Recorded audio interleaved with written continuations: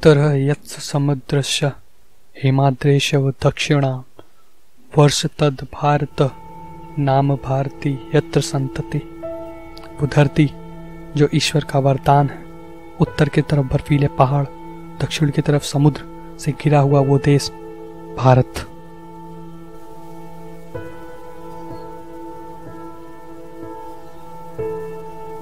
बारहवीं शताब्दी। भारत बहुत ही अमीर देश हुआ करता था। यहाँ लोग खुशी से रहते थे, हर तरफ शहद दूध बहता रहता था, लेकिन किसी को आने वाली संकटों का कोई आभास नहीं था। चीजें बदलती हैं जब आपके पास सोना हो, बहुत सारा सोना, और आप किसी भी लड़ाई में ना हो। शायद ही भारतवर्ष के लिए श्राप बन गया। सन 1857 ब्रिटिश आक्रमण। शायद अंग्रेज अपनी जगह नहीं रह पाए, उन्हें लूटना था और भाग जाना था। इसके लिए उन्होंने चुना भारत को। अंग्रेजी सल्तनत में भारत को खोखला कर दिया गया। इस कदर कि सदियों तक मजबूत करना बहुत मुश्किल होगा। अंग्रेजों के कब्जे में भारत सिर्फ गरीबी, प्रदूषण, मौत और डर का घर बन के रह गया। मन में हमेशा एक सवाल आता है, आखिर भारत ही क्यों? क्यों अंग्रेज थे पागल भारत आने को? क्या ऐसा था भारत में?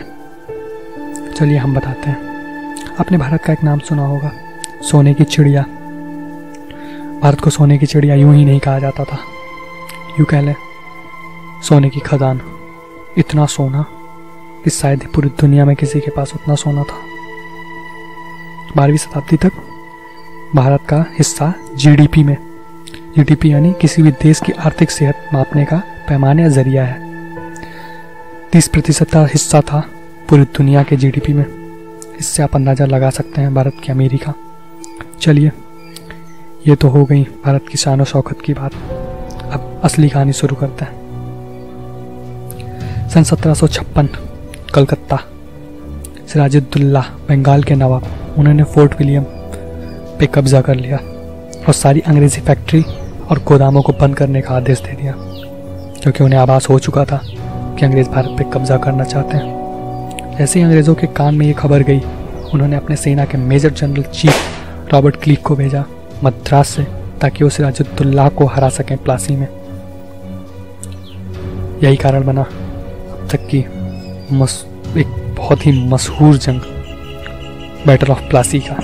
1757 में प्लासी की जंग खत्म हो चुकी थी।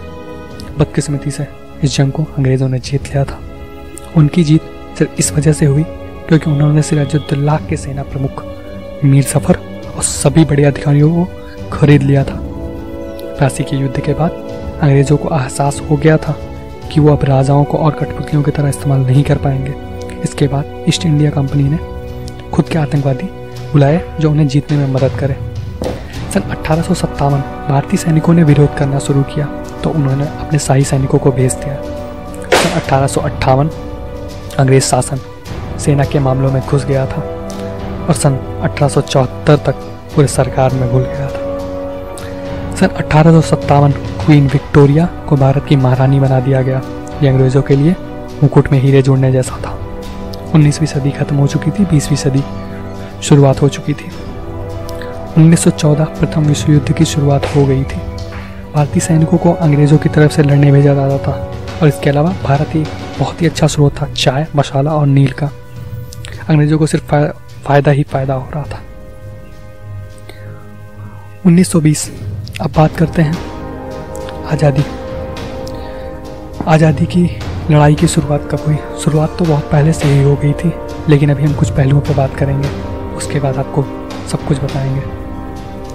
1920 इंडियन नेशनल कांग्रेस ने गांधी जी के विचारधाराओं को अपना लिया था, जो था अहिंसा।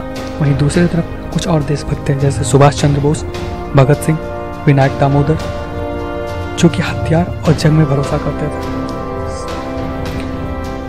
सन 1942 दूसरा विश्व युद्ध शुरू होने को था। उसी समय कांग्रेस ने अपना पहला अभियान शुरू किया था, भारत छोड़ो आंदोलन, गांधी जी के नेतृत्व में। इन सभी क्रांतिकारी अहिंसा में विश्वास नहीं करते थे। कुछ से क्रांतिकारी जो भारत की आज़ादी के लिए अपनी जान भी देने को तैयार थे। चलिए थोड़ा समय में पीछे चलते हैं। सन 1905 इंडिया हाउस एक ऐसी जगह बनाया गया था जिसमें भारतीय बच्चे काम करते थे। राष्ट्रवादी कारणों के लिए। एक और ही ऐसा संगठन था गदर पार्टी, एक सिखों का गुट जो क्रांतिकारियों को हथियार, गोला बारूद उपलब्ध कराते थे। 13 अप्रैल 1919 हजारों अहिंसावादी प्रदर्शनकारी इकट्ठा हुए थे अमृतसर के जलियांवाला बाग में। किसी को अंदाजा नहीं था कि आगे क्या होने वाला था। जलियांवाला बाग में 5 दरवाजे थे। पहले अंग्रेजों ने उनको बंद किया, फिर जनरल डायर ने गोली चलाने का आदेश दे दिया। हजारों लोग जलियांवाले बाग में मारे गए। पानी सर के ऊपर जा चुका था। इस घटना से सभी के अंदर एक गुस्सा भर चुका था। उनके मुताबिक अभी हिंसा से टकराने वाली थी। इस घटना ने हजारों गुट खड़े कर दिए। सब अपनी धरती के लिए लड़ना चाहते थे और अंग्रेजों से आज़ादी।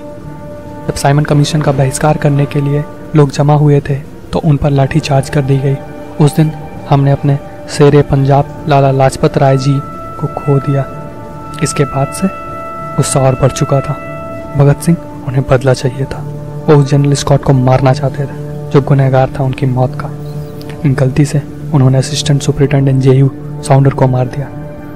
8 अप्रैल 1929 में सेंट्रल लेजिस्लेटिव असेंबली होने वाली थी। उसमें भगत सिंह ने बम धमाके किया जिसने सरकार को हिला के रख दिया। दूसरी तरफ सुभाष चंद्र बोस एक नए प्लान के साथ ब्रिटिश पे हमला करना चाहते थे। इसके लिए उन्होंने एक संगठन बनाया जिसका नाम था INA, इंडियन नेशनल आर्मी।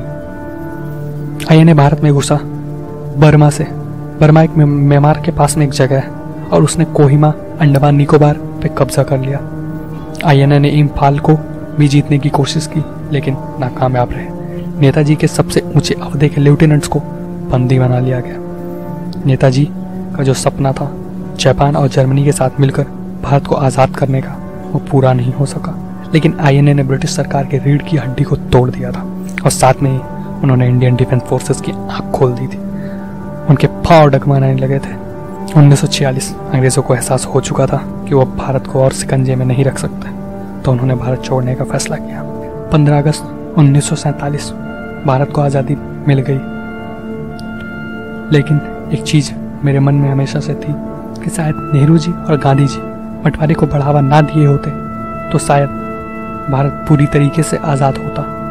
इसके बाद नेहरू जी भारत के पहले प्रधानमंत्री चुने गए और कांग्रेस सत्ता में आई। शहीद आजम भगत सिंह, अशफाक बिस्मिल्लाह खान, राजगुरु, सुखदेव, चंद्रशेखर आजाद, ये वो कुछ नाम हैं जिन्होंने अपनी जान देकर भारत को आज़ादी दिलाई। इनका वो एहसान है हमारे ऊपर जो हम कभी भी नहीं चुकता कर सकते। जो आपके लिए जीवन भर का असाधारण रोमांच है वह हमारे लिए रोज़मर्रा की ज़िंदगी है। ये लाइन मैंने एक साइन बोर्ड से पढ़ी थी जो कि इंडियन आर्मी की तरफ से था। हमारी सेना -40 डिग्री सेल्सियस में भी खड़ी रहती है सिर्फ हमारे लिए, ताकि हम सुरक्षित रहें। गाइस, हम उनके लिए कुछ करना चाहते हैं, हमारी पूरी टीम उनके लिए कुछ करना चाहती है। हमारे सभी वीडियोस जो आगे आएंगे उन सबसे जो भी अर्निंग होगी उसका एक अच्छा खासा हिस्सा हम हर मंथ इंडियन आर्मी को डोनेट करेंगे। आप भी इसका हिस्सा बन सकते हैं अगर आप चाहें तो। डिस्क्रिप्शन में हम आपको लिंक दे देंगे जहाँ से आप जाके जो भी आपका दिल करे वो डोनेट कर सकते हैं, या तो आप हमारे फेसबुक पेज विजिट कर सकते हैं, हिस्ट्री ऑफ एवरीथिंग। वहाँ पे जाके भी आप हमें डोनेट कर सकते हैं। हम पर मंथ उसकी रिसिप्ट वहाँ पे अपलोड करेंगे। बस इतना ध्यान दीजिएगा कि शायद आपका दिया हुआ कोई 1 रुपया भी किसी शहीद के घर की खुशियाँ बढ़ा दे।